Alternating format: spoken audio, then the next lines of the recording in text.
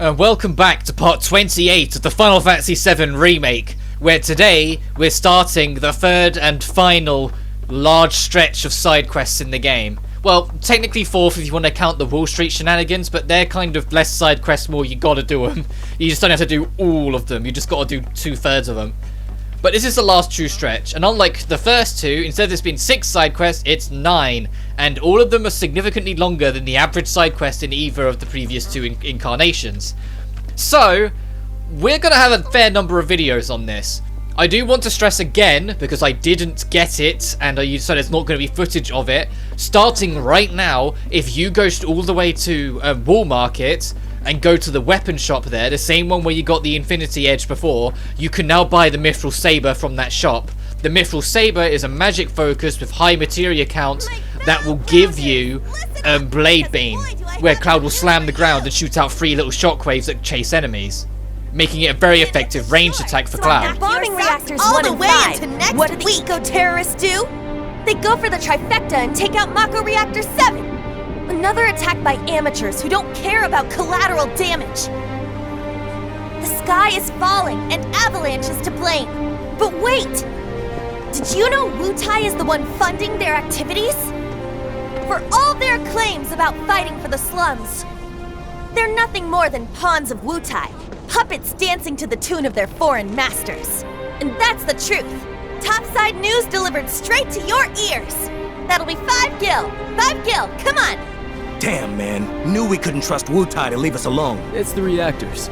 They want them, we got them. Does this mean there'll be another war? After what they've done, what choice do we have? 5 gil apiece, cough it up! The truth ain't free, you know. We ain't no damn pawns of Wutai! I couldn't care less about the rest, but that shit?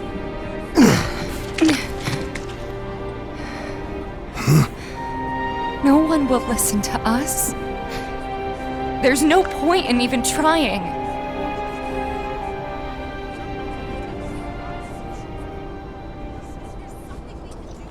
I'm sorry. Hey, Tifa, listen.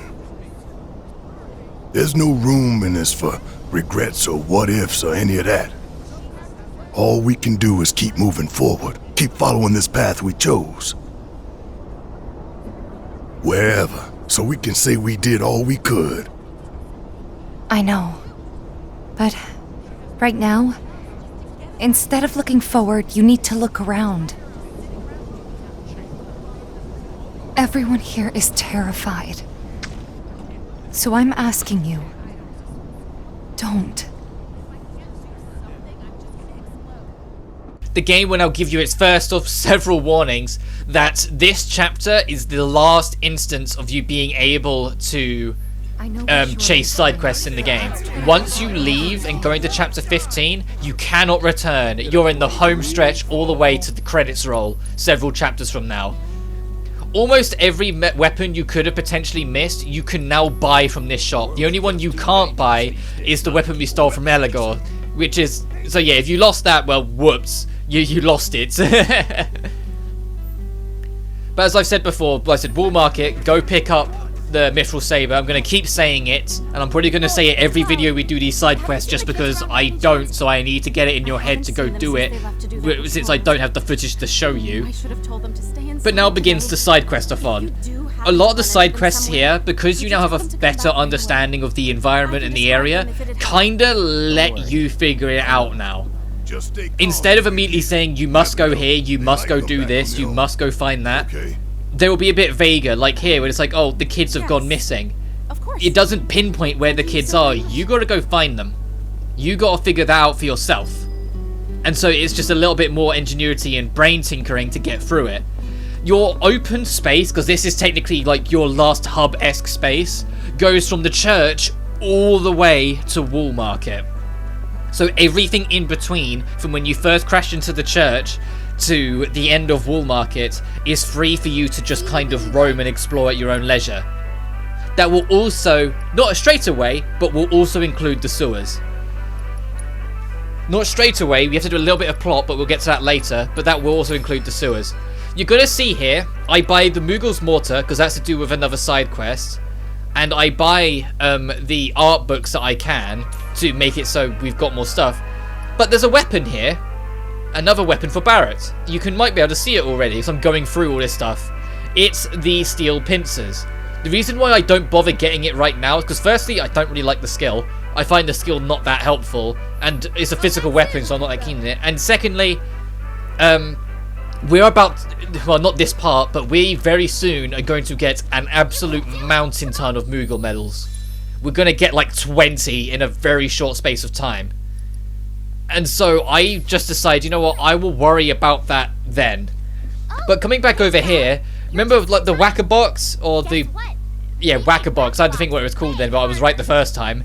There's a harder variant of it with better rewards now available to you. With this one, as I said before, when you go into it, the only skill you have available to you is Cloud's starting skill and whatever weapon skill is on the weapon you have. So right now, because I've equipped the Infinity Edge, and it's why I equipped it, I now have access to, well, Infinity's Edge. I know that's not what the weapon's called, it's what the skill's called, or Infinity's End, and I always just remember it as that.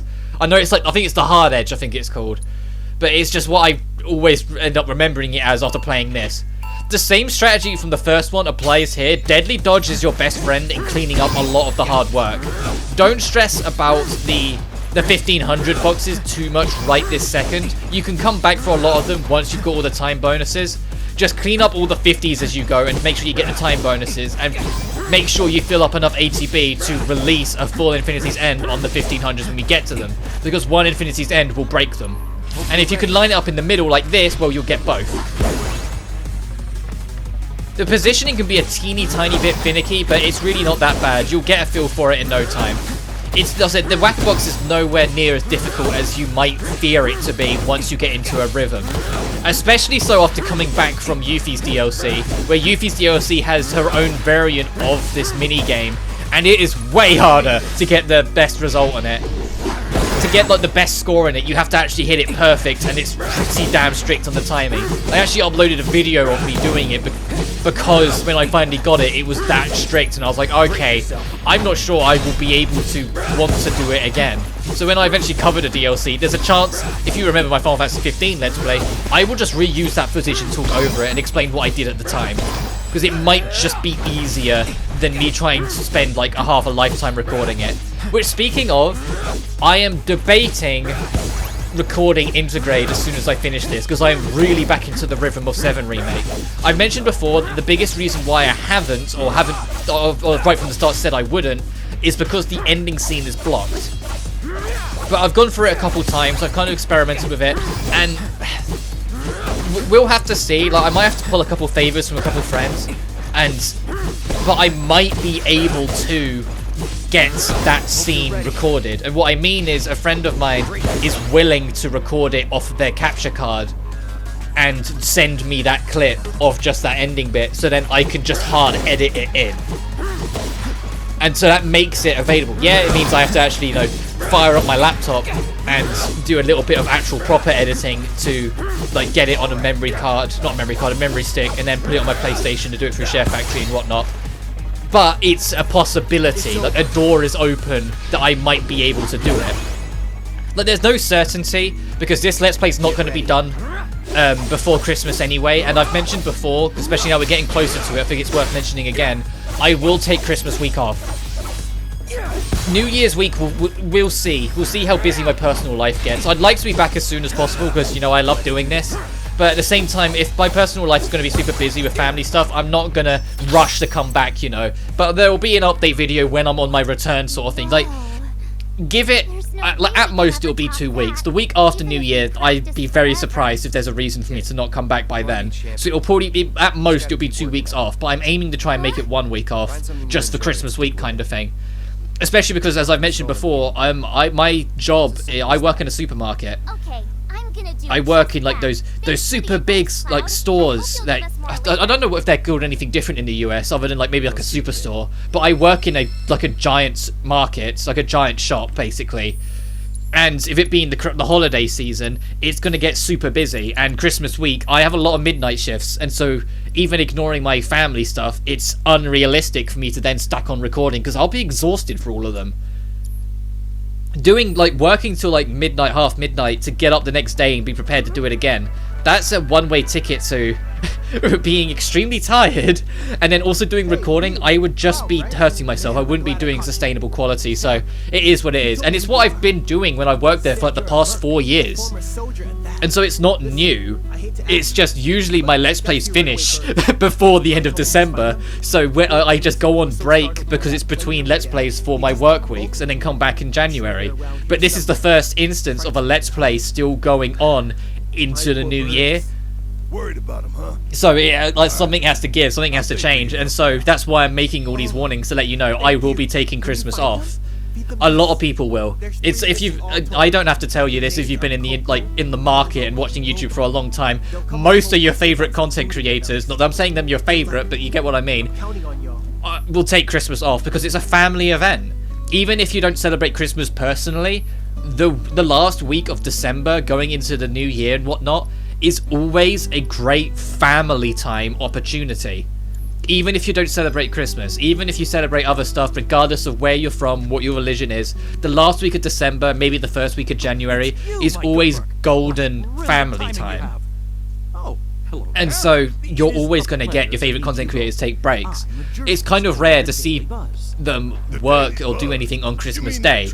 And if they do, I usually pity them because I think did something happen they couldn't meet up with it. Like I got into VTubers like a number of months ago, as I'm sure some of you are aware, but Callie talked about in a cooking stream that she was going to spend Christmas with family, but due to the current condition of the world, she's had to cancel. She won't be able to go see her family.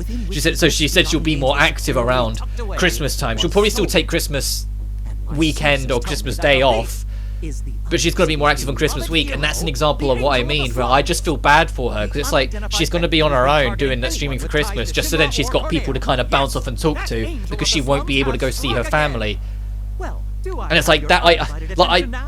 If you've been with this channel for a while, you know I'm an extremely empathetic person, and I don't mean to be.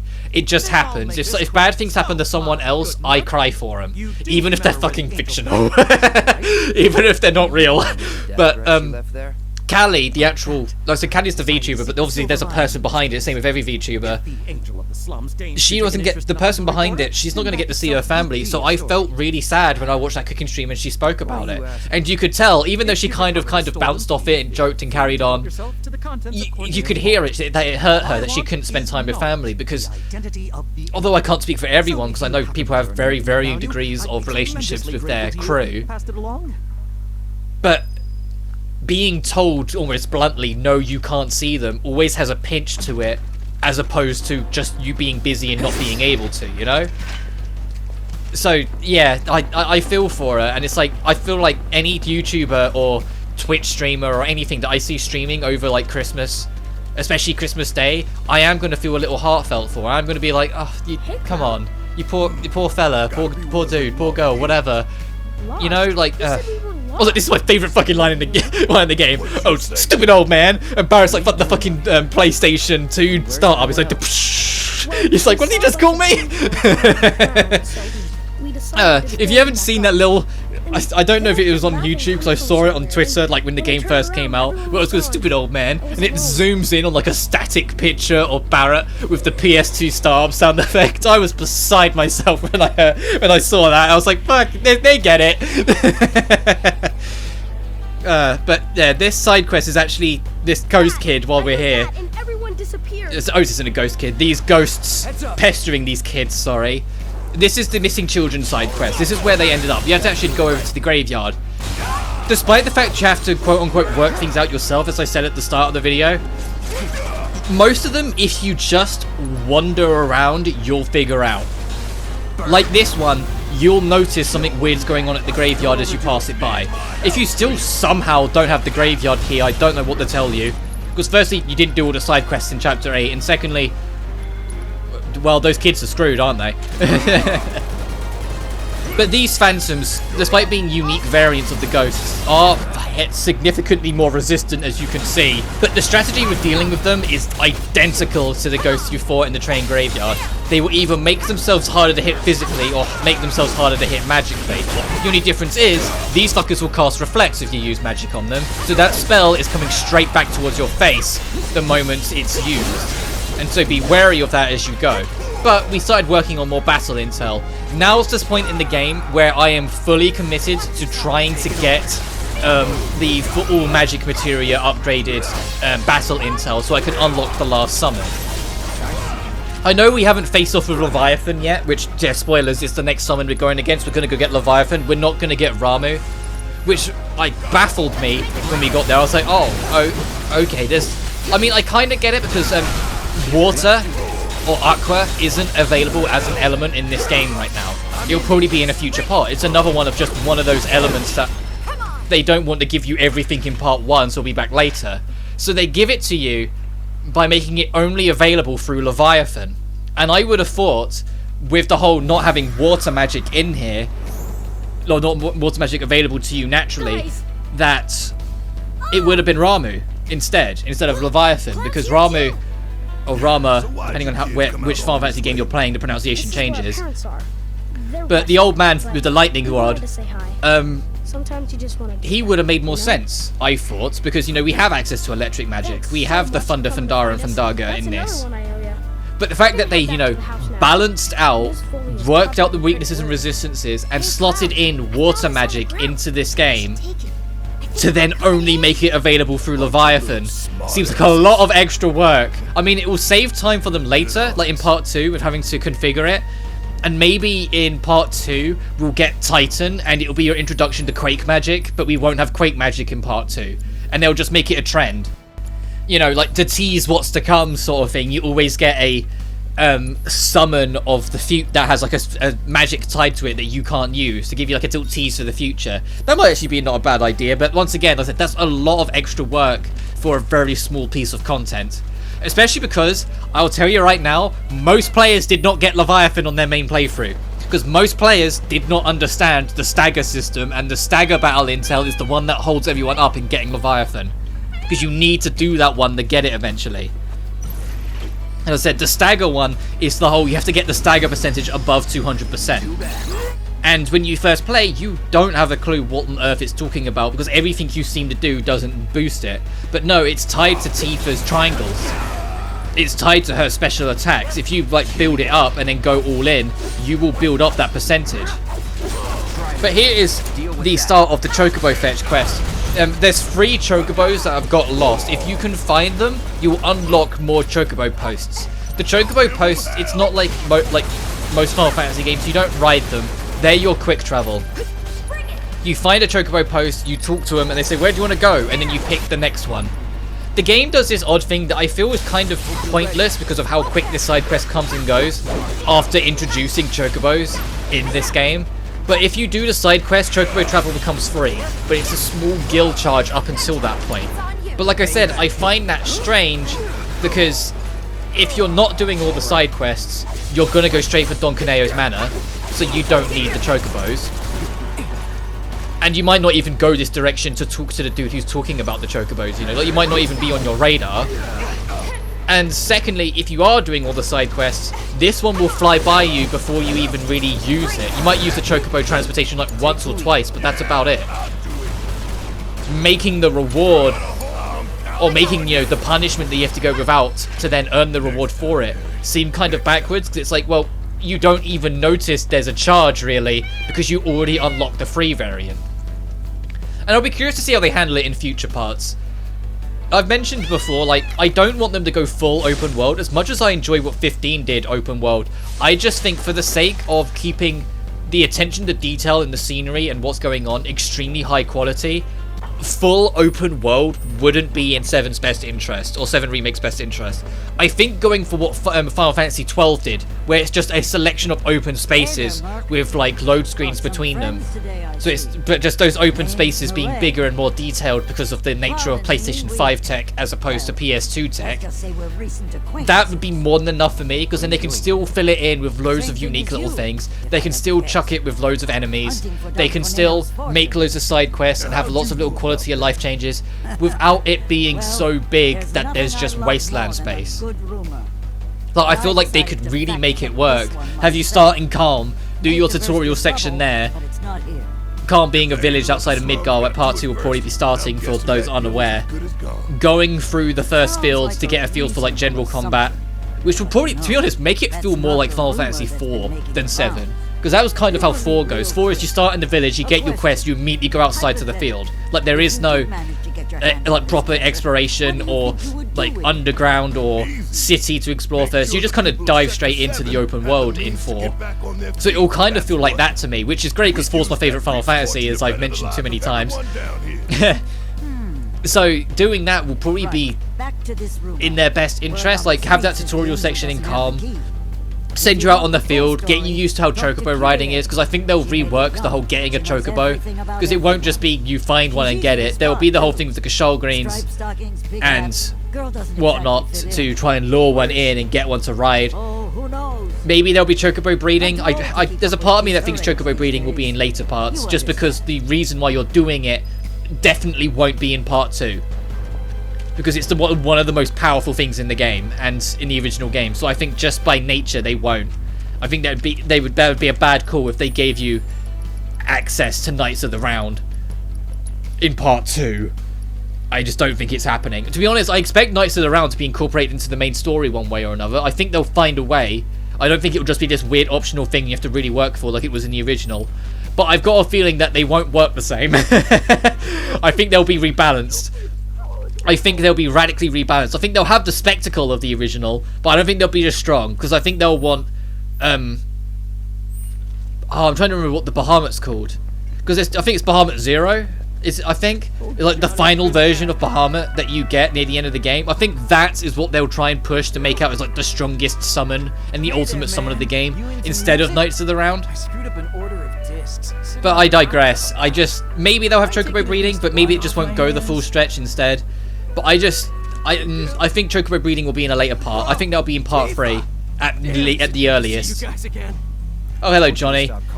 He's still going to call us bro, and I like how I told you to stop calling me that, bro. Never change, Johnny. I'm so glad that he's voiced by Yuri Lowenthal. I can't think of a better person to voice this jackass, because in the original, like, after I played Persona 4, I came back to Final Fantasy 7, but bump into the odd little scene you get with Johnny, and in my head I was like, oh, he kind of reminds me of Yosuke. And so the fact that, you know, he's voiced by Yosuke, it just kind of went full circle in my head in that way, that he ended up voiced by, you know, the same dude who voices Yosuke. What'd she look like? And before you get on my ass about, yeah, you know, bringing up Persona again, yada yada. Hold on. Let me think. I want to get this right. Something might happen next year. Something might happen. If this all rumoured, I don't know if you guys have seen it, this rumoured Project Spartacus, and it involving PS1, 2 and 3 titles on PS4 and 5. If it ends up being that you get full ownership of the titles when you're part of the subscription, and it's not just stream only, my plans will change. I'm telling you right now, my plans will radically change for what Let's Plays I want to do next year. My big 3 will probably still remain, but there's going to be a lot of other stuff that's going to immediately fly up into my priority list that I'm going to want to show off. I'm going to want to play Metal Gear Solid. I'm going to want to show off a Persona game. There's a lot that suddenly explodes out in the open of stuff I want to do. The only thing is that if it's PS1, 2 and 3, that means only base Persona 4 is playable and not 4 Golden. And if I could help it, I'd rather play Golden just because there's more content. It's not a problem with Persona 3 because Persona 3 Fest exists. It also says, though, that it might include PSP titles, and I'll tell you right now, if it does, I will probably cover Portable over Fez just because of the gameplay enhancements. Yes, I know lower quality, yada yada, doesn't have the answer, yada yada, but the fact that I get to play as a full party and have control of the whole party instead of just one, and AI just, you have to influence it to hope for the best. Nah, I'm not on board with that. Also, you know we picked up that Moogle mortar earlier on? That's part of a 3-piece side quest. This is piece 2 here, so pick that up before you talk to Kyrie. What? It wasn't me. And the funny thing is that the amount of people that was like read her name and was like, oh, Kairi, and I was like, I immediately read it as Kyrie because of Devil May Cry, but I know why people read it as Kairi because of Kingdom Hearts. Like, I get it, but for me, it's like, for me personally, the moment I saw her name, I immediately went, oh, okay, she's called Kyrie, that's sweet. It reminds me of Devil May Cry. But anyway, this is our little thief, and I remember when this character was first shown off, the amount of people who, like, because they hadn't read some of like the books or seen some of the excess like extra material, thought that maybe this was Yuffie in disguise, and this was their way of kind of sneaking her in, and maybe she was like wearing like a disguise get up to hide who she is. It was fascinating. Whilst me who read the book, I was like, oh wow, they integrated Kyrie. I was immediately like, oh, and that's not to discredit people that thought that maybe she was Yuffie in disguise or something like that. I love the theory work in this game, and I love seeing what people build together and what they do. The less you tell me and the more questions you give me, whilst giving me little glimmers to just make me build an idea, the more you kind of keep me around, because the more I want to see where it's going. It's just then it's the ultimate curse of making sure you deliver on it on the next way round. But this Kyrie is a drama queen to the fullest extent. She's used to getting away with literally everything. She's a petty thief who just kind of does what she wants. And now she's got herself in way too much trouble, so is kind of hiding away to pretend she can get away with it until everything dies down and she can carry on as usual. We'll handle shit. So if we need to get Johnny's wallet back, we need to get the key that she nicked, and well, we're only going to do that if we can convince her that we're on her side enough. So there's a special match in the Colosseum, so we're returning there, that we need to go do. When you return to the Colosseum, you might as well take the opportunity to do Barrett and Tifa's solo thing, so you can get their level 2 limit breaks as well. Tifa's level 2 limit break is near identical to Cloud's in terms of significance. In the same vein that Cloud's level 2 is just a straight up replacement of his level 1, Tifa's level 2 is a straight up replacement of her level 1. And I'd even kind of argue that Barrett's also in the same category. It's only Aeris that's truly both have their own purpose and uniqueness.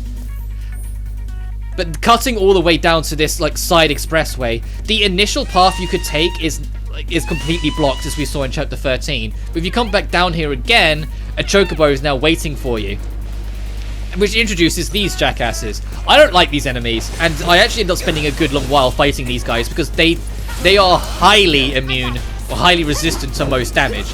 The strategy is that every now and then they will make a clone of themselves that is extremely weak. If you kill the clone, it weakens the main one. However, they don't summon the extras that often. Or at least I got very unlucky with it, so this fight ends up taking a while. What doesn't help is that if you stagger them, there it goes. If you stagger them without doing their gimmick, the stagger bar lasts 0.5 of a second. It's genuinely non-existent, it's just gone. So trying to go all in on stagger and then just stagger kill through the high resistance it has to all your damage will not work. You have to actually play to their gimmick to stand a chance.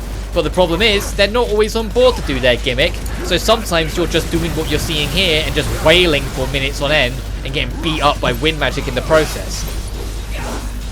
Because unfortunately, this game doesn't have the Devil May Cry combat approach of enemy off-screen, enemy AI slightly neutered.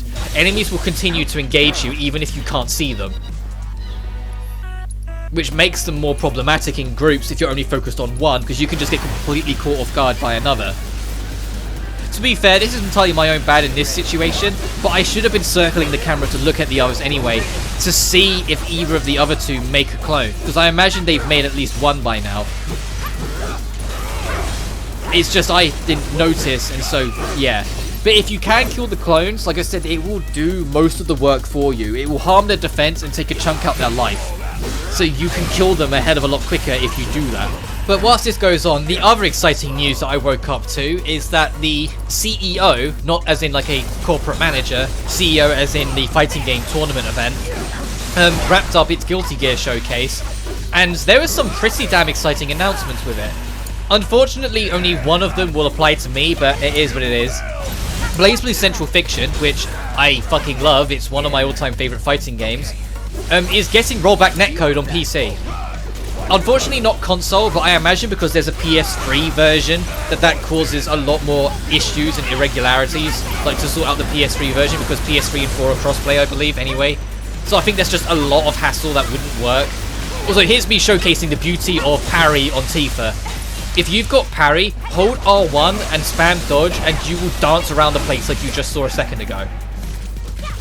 It's one of the coolest little tricks you can do with Tifa, that if you hold down guard, she will always cancel her dodge with the guard on the soonest frame possible. So if you just spam dodge, she will dance around at stupid speeds. There's a boss fight in the next chapter where I straight up use it to survive, because I nearly get a game over in that boss fight.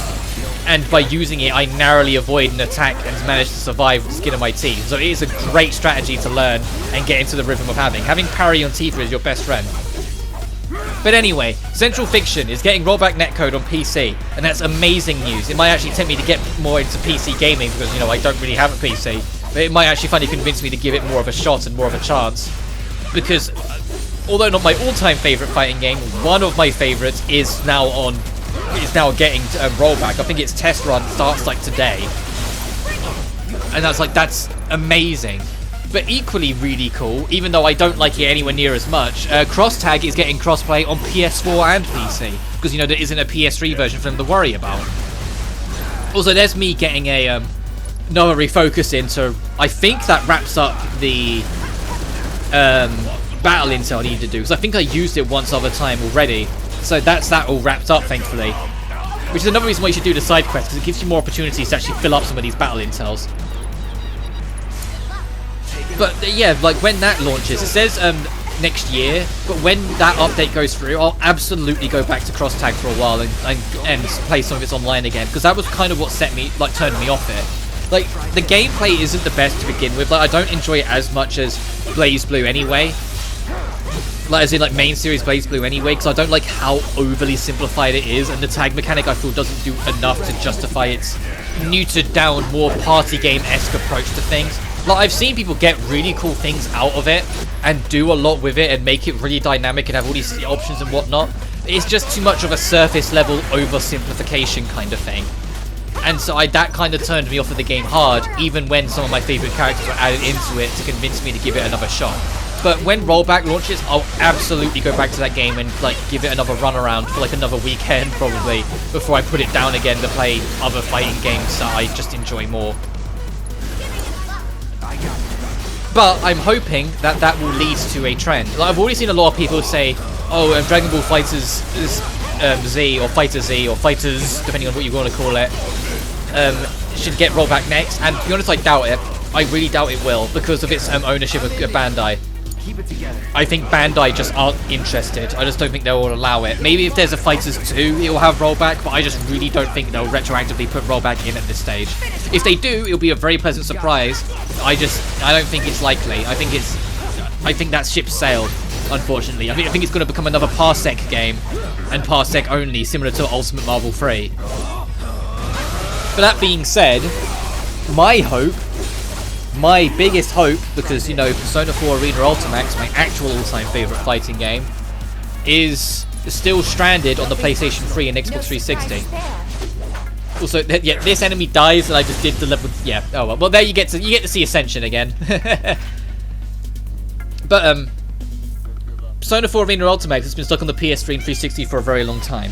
It has been rumored, leaked, quote unquote, and rumor confirmed like a million times over like the past 3 years that we're apparently getting a Persona 4 Arena Ultimax re-release very soon, and it keeps never fucking happening.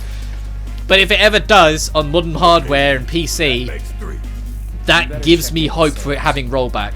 If Persona 4 Arena Ultimax relaunches with rollback, I think I'll end up dropping Guilty Gear Strive. Because I actually kind of like Strive. And I'll get to the Strive announcement in a sec as well. I know we're running out of time on this video.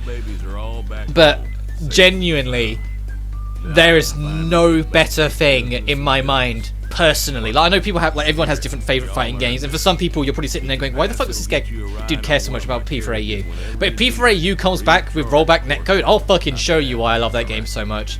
I adore that game. It's so goddamn fun. It's so stupidly janky fun when you get on the right terms with it. And some of the shit you can pull off in that game with even the quote-unquote weaker characters is mind-boggling once you get the feel for it. And that's ignoring all the shadow variants as well that just kind of break the game in two in the right hands. Depending on... I'd be curious to see if it'd be 1.0 or if it'd be 2.0, the defunct arcade-only version, to see if it... I think it'd be 2.0 maybe, but I'd still be very curious to see how it goes. Either way, though, I'd be super stoked for it. It's just if it ever happens.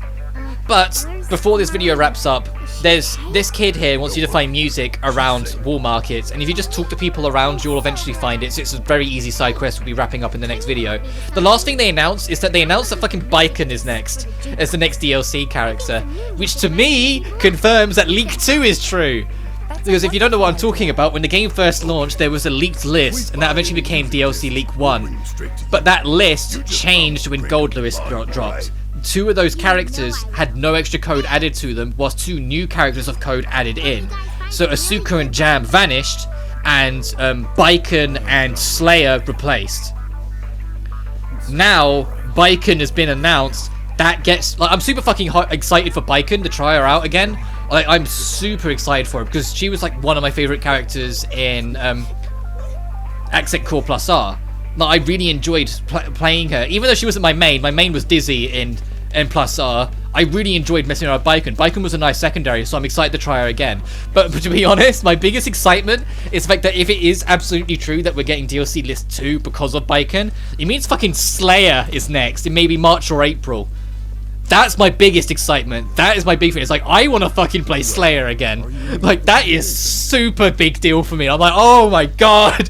Like, if Exard had rollback and like, well, genuinely better netcode and I spent more time in it, I probably would have picked up Slayer at some point because I did really enjoy him. I just preferred Ram in that game. And as I've mentioned before, I don't like Ram in Strive. I don't like what they've done with the characters, so I drifted away. I'm currently alternating between Kai and Gold Lewis as my main characters right now. But anyway, I gotta wrap this up. The excitement's gotta die down.